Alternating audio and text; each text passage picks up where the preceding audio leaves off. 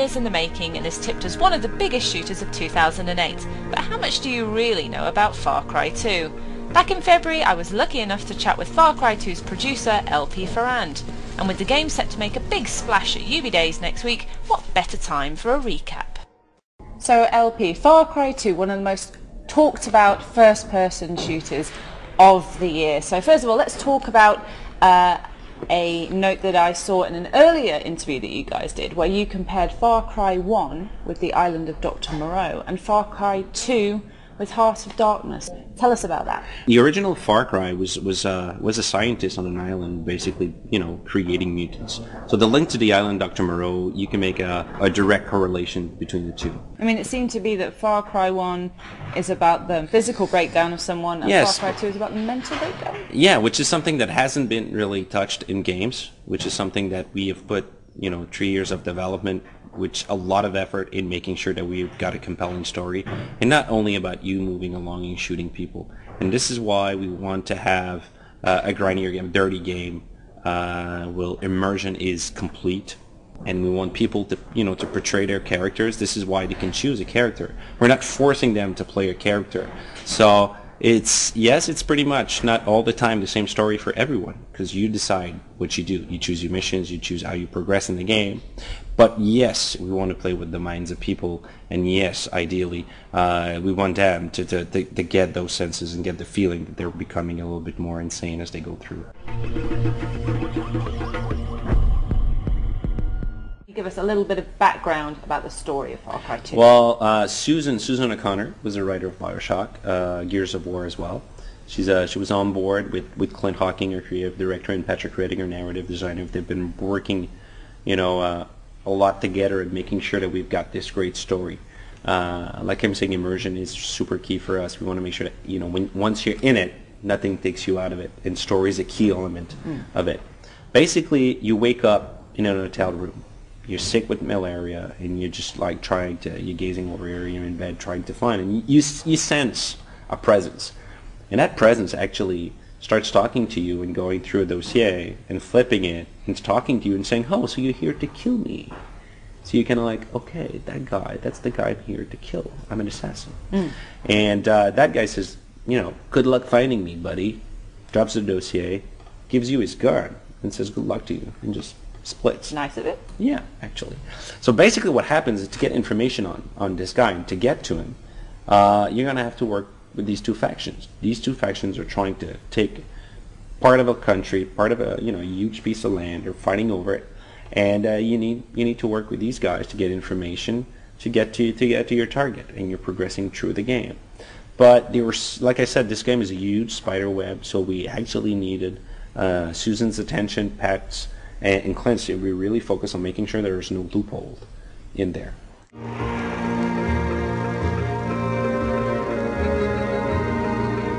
You mentioned getting your hands dirty. There seems to be a really big emphasis on this for Far Cry 2. So why choose what some could argue a rather picturesque setting of Africa? Well, actually, the people's images of Africa have been seen in movies, nice shots, nice pictures and everything. We've been there, and it's a dirty place, actually. The amount of sand and dirt in your face and on your clothes and on you all the time. And we wanted to push that, not only on the aesthetics, but your guns are jamming in the game, so you have to unjam your weapons. Your trucks will malfunction your vehicles, and you have to fix them. And it's not, we want to make it visceral. You have to heal yourself. If you get a bullet shot in your calf, you're gonna have to pry it out.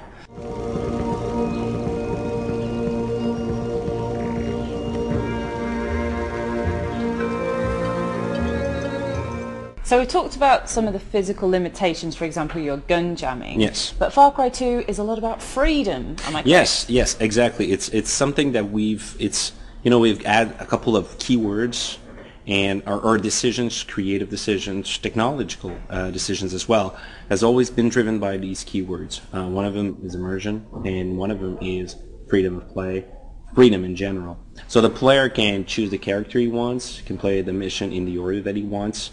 If you want to go just explore for 2 hours, you can. But the thing is that you can do wherever you want. It's 50 square kilometers. You get your maps. You've got your ways to navigate.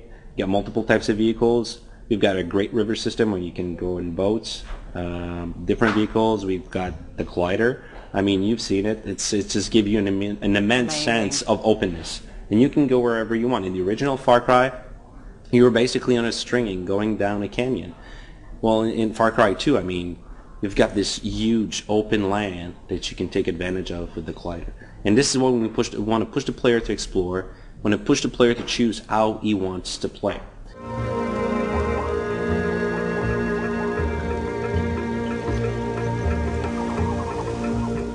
So we've talked about Africa, we've talked about the setting. Yeah. Now let's talk about the character, and let's finally put these rumours Yes. of mutants in Far Cry 2 Yes. to bed. Give us the official word on it. Are there mutants in Can I Far say Cry the 2? F word? There's no f***ing mutants in this game. No mutants. I just don't get this one. We were pretty clear. We've been clear since the beginning. It's something that we didn't like in the first one. It's something that gamers have been super vocal about it to us in focus testing. They didn't like that part. The main character has malaria, which is a disease that a lot of people have in Africa. And it's a layer added to the character, and he needs to take his medicine, and he needs to get medicine in the game. And depending on how infamous he is in the world and his progression throughout the game, well, people are going to give him medicine or not. And this is how he needs to manage, the player needs to manage that. But there's no mutants. Well, it's good to get an official word on that. Yes, no mutants. So let's talk a little bit more. You mentioned about the infamy. Tell us a bit more about that. Well, basically, the player, how he fights, how he does his missions, how he progresses through the games, through his actions, becomes more and more infamous, or not. And the infamy level that you will have, well, you'll get reactions differently from any social encounters that you will have in the game, because there's a huge social bubble in a way that we have in our game. And it's an added layer that we want the gamers to have for one important reason. Everybody's experience is going to be different in this game. In the end, what we want, and it's something that we're experiencing every day, we're playing the game, and then you will hear someone, just shouting at, at the other hand of the floor, saying, "Man, that was cool, come and see it." And then we're kind of like, man, it never happened to me. This is super cool. And then we try to do it again, and it doesn't necessarily happen. Everything is procedural in this game. So, like, we're doing demos, it's super nerve-wracking, because we never know what's going to happen. We're a team where, at the beginning, we've decided we're going to have a no bullshit attitude. We're not going to go doing demos with showing pre-rendered stuff. Anything that the fans, gamers, anyone will see about Far Cry 2 is going to be in-game, and it's gameplay from the game. That was super important for us. We don't want to bullshit gamers because we're tired of being bullshit ourselves, because we're gamers ourselves. And there you have it. I couldn't have put it better myself. I hope my mum wasn't watching that.